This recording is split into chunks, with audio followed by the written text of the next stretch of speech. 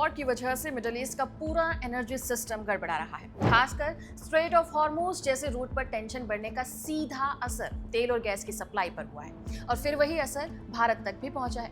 LPG के दाम करीब 60 रुपए तक बढ़ गए हैं, कमर्शियल सिलेंडर्स और महंगे हो गए और कई जगह लोगों को गैस एजेंसियों के बाहर लाइन में लगना पड़ा। सवाल उठता है कि अगर यही हालात ऐसे चलते रहे तो एलपीजी का दूसरा ऑप्शन क्या है। इसी बीच एक खबर सामने आई कि CSIR नेशनल केमिकल लेबोरेटरी के साइंटिस्ट ने एक नए फ्यूल पर काम किया है और इसका नाम है डायमिथाइल ईथर यानी कि DME। आसान भाषा में कहूँ तो ये एक ऐसा गैस फ्यूल है जिसे भारत खुद बना सकता है, जो साफ भी है और जिससे एलपीजी पर खर्च कम हो सकता है। अब सोचने वाली बात यह है कि क्या ये फ्यूचर में एलपीजी की जगह ले सकता है। कुछ रिपोर्ट्स के मुताबिक अगर सिर्फ 8% एलपीजी की जगह DME का इस्तेमाल किया जाए तो देश को हजारों करोड़ रुपए की बचत हो सकती है। और अच्छी बात यह है कि इसे एलपीजी के साथ मिलाकर इस्तेमाल किया जा सकता है, यानी आपको तुरंत अपना सिलेंडर या स्टोव बदलने की जरूरत नहीं पड़ेगी। तो आखिर ये DME होता क्या है, कैसे बनती है और सबसे जरूरी सवाल कि क्या इससे आम आदमी को गैस सिलेंडर सस्ते में मिलेगा। इन्हीं सब सवालों का जवाब हम इस वीडियो में समझेंगे। नमस्कार, मैं हूं डिम्पिका और आप देखना शुरू कर चुके हैं खबरगांव। सबसे पहले समझते हैं DME आखिर होता क्या है। केमिकली बोलूं तो DME का फॉर्मूला होता है CH3OCH3 यानी कि 2 मिथाइल ग्रुप ऑक्सीजन से कनेक्ट होते हैं। ये मिलकर बनाते हैं एक रंगीन गैस यानी कि जिसे देखा नहीं जा सकता, लेकिन जब इस पर थोड़ा सा प्रेशर डाला जाता है तो ये गैस से लिक्विड में कन्वर्ट हो जाती है। मतलब जब हम किसी गैस को एक बर्तन जैसे कि सिलेंडर में भरते हैं और उसे ज्यादा मात्रा में अंदर दबाते हैं तो उससे मॉलिक्यूल्स एक दूसरे के बहुत पास आ जाते हैं और वो लिक्विड में कन्वर्ट हो जाते हैं। ऐसा करने से इसका इस्तेमाल आसानी से स्टोव में किया जा सकता है। DME के बारे में जानने के बाद अगला सवाल ये आता है कि आखिर ये बनती कैसे है। क्या ये भी एलपीजी की तरह जमीन से निकलती है या इसे अलग तरीके से तैयार किया जाता है, और अगर इसे बनाया जाता है तो क्या इसका प्रोसेस है वो आसान है या महंगा। तो चलिए इस बनाने के प्रोसेस को भी डिटेल में समझ लेते हैं।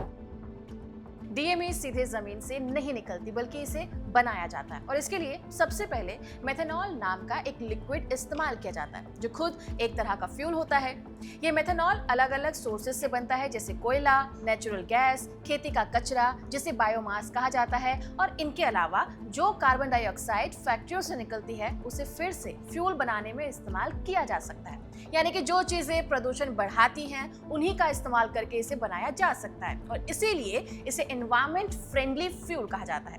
इसके बाद शुरू होता है प्रोसेस। मेथनॉल को रिएक्टर में डाला जाता है, वहां इसे हल्की हीट और प्रेशर दिया जाता है। इसी दौरान इसमें कैटलिस्ट डाला जाता है जो इस पूरे केमिकल प्रोसेस को तेज बना देता है। इस दौरान मेथनॉल के अंदर से पानी भी अलग किया जाता है जिस प्रोसेस को कहा जाता है डिहाइड्रेशन प्रोसेस। इस प्रोसेस के बाद मेथनॉल का स्ट्रक्चर बदल जाता है और वो DME में कन्वर्ट हो जाता है। आसान भाषा में बोलूं तो मेथनॉल को गर्म किया जाता है, उसमें केमिकल मिलाया जाता है, पानी हटाया जाता है और फिर हम इसे DME में कन्वर्ट कर पाते हैं जिसे हम चूल्हे या सिलेंडर में इस्तेमाल कर सकते हैं। अच्छी बात यह है कि इस प्रोसेस में बहुत ज़्यादा प्रेशर या बहुत महंगे इक्विपमेंट्स की ज़रूरत नहीं होती है, इसलिए इसे बड़े स्केल पर कर पाना मुश्किल नहीं है। इसी वजह से एक्सपर्ट्स मानते हैं कि आने वाले समय में DME को भारत में ही बड़े लेवल पर बनाया जा सकता है। इससे एलपीजी पर हमारी डिपेंडेंसी कम हो सकती है। डॉक्टर स्वामी जो कि चीफ साइंटिस्ट हैं CSIR में, उनका कहना है कि लगभग 20 साल पहले उन्होंने DME बनाने वाली केमिस्ट्री पर काम शुरू किया था ताकि इसे कॉस्ट इफेक्टिव और लीगली सस्टेनेबल तरीके से तैयार किया जाए। शुरुआत में उन्होंने कई तरह के मेथड्स को इस्तेमाल किया, DME बनाने के लिए कई तरीके डेवलप किए और बाद में उन्होंने मेथनॉल से DME बनाने पर फोकस किया। इसके लिए एक स्पेशल कैटलिस्ट डेवलप किया जिस पर लगभग 5 पेटेंट भी मिल चुके हैं। साइंटिस्ट का कहना है कि एलपीजी में थोड़ा अगर हम DME मिला दें तो इसको मिलाना बहुत आसान है। अगर सिर्फ 8% DME मिलाएं तो पुराने चूल्हे, सिलेंडर और पाइप में कोई बदलाव करने की जरूरत नहीं होगी, बस वैसे ही इसका इस्तेमाल किया जाएगा जैसे अभी चल रहा है। थोड़ा ज़्यादा यानी कि अगर हम 20% में मिलाते हैं तो भी वो सेफ है, लेकिन अगर हम चाहते हैं कि 100% DME का इस्तेमाल हो तो इसके लिए अलग बर्नर, उसका सिस्टम पूरी तरीके से डिज़ाइन किया जाएगा। लेकिन अभी DME बनाने का काम पायलट स्केल पर है, मतलब अभी छोटे लेवल पर टेस्ट किया जा रहा है। CSIR नेशनल केमिस्ट्री लेबोरेटरी में रोजाना लगभग 250 किलो DME बन रही है, लेकिन टीम इसे पहले इंडस्ट्रियल लेवल पर ले जाना चाहती है और इसके लिए 2.5 टन पर डे वाला प्लांट लगाने की तैयारी हो रही है। जो अगले 6 से 9 महीनों में शुरू हो सकता है। अगर ये सफल रहा तो आगे चलकर बड़े प्लांट्स लगाए जा सकते हैं जिसकी कैपेसिटी 50 से 100 टन पर डे हो सकती है। इस काम में IOCL, BPCL, HPCL जैसी पब्लिक सेक्टर ऑयल कंपनीज के अलावा कुछ बायो एनर्जी कंपनीज भी एक साथ मिलकर काम कर सकती है। सवाल आता है कि क्या DME कोई एक नई इन्वेंशन है या फिर इसका पहले से इस्तेमाल होता है? तो देखिए, DME का इस्तेमाल दुनिया में कोई नई चीज नहीं है। इसे फ्यूल के तौर पर इस्तेमाल कम से कम साल 2000 की शुरुआत से किया जा रहा है। सबसे पहले चीन में इसके लिए बड़े पैमाने पर इसका इस्तेमाल शुरू हुआ। खासकर LPG के साथ इसको ब्लेंड करके इस्तेमाल किया गया। 2003 के आसपास चीन ने DME प्लांट चालू किए जिससे उसका LPG इंपोर्ट करना काफी हद तक कम हुआ। वहीं जापान ने भी लगभग इसी साल के दौरान DME पर रिसर्च की और टेस्टिंग शुरू की।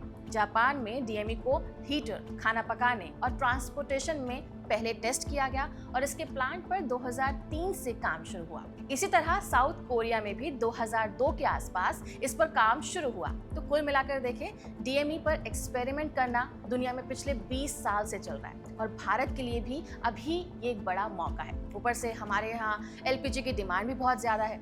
2024 से लेकर 25 में भारत ने करीब 31.3 मिलियन मेट्रिक टन घरेलू और कमर्शियल इस्तेमाल के लिए LPG को कंज्यूम किया, जो कि पिछले कुछ सालों में काफ़ी बड़ा रिकॉर्ड है।